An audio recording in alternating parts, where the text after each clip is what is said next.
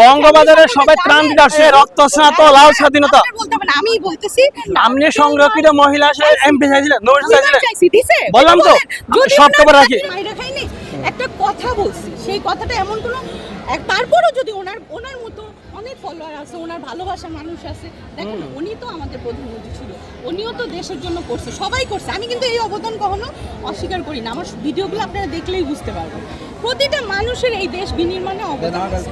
যদি তারপরও উনি বা ওনার মতো যারা আছে তাদেরকে আমি কোনো কষ্ট দিয়ে থাকি, ওনার কাছেও আমি পার্সোনালি বলবো যদি কষ্ট পেয়ে থাকেন আমাকে মাফ করে দেবেন। তবে হ্যাঁ, রাজনীতি এই জুলাই থেকে শুরু করে এই পর্যন্ত আমি যেটা বুঝলাম ভাই, শিল্পীদের কখনো রাজনীতি করতে হয়, রাজনীতি করা উচিত না। বিএনপির আমলে আমি এত ভালোবাসা পাইছি, আর আওয়ামী লীগের কথা উনি বলতেছে, জীবনে কোনোদিন এই 16 বছর ভাই একটু অভিনয়ও করতে পারিনি। কি বলবো, আমার ক্যারিয়ার ধ্বংস হয়ে গেছে, ঠিক আছে?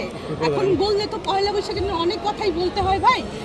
এটা আসলে যারা ওই যে সুবিধা নিয়ে, তা তো সুবিধা নিয়ে চলেই গেছে, ভাইগেই গেছে, ওরা তো সবই পাইছে, কিন্তু আমরা পাইনি কিছুই। খামো খাই এই যে একটা কি বলবো, আর সবাই ভালোবাসা রাখবেন, ঘৃণা না ছড়াই, দোয়া রাখেন, জালাল ভাইয়ের জন্য দোয়া করেন। ভালো করছেন ভাই, কথাটা ক্লিয়ার কইরা, কারণ আমি যদি মরে যাই, আপনার মনে যদি কষ্ট থাকে, এরকম 100 জনের মনে কষ্ট দিয়ে থাকি আমি, আমাকে সবাই মাফ করে দিন।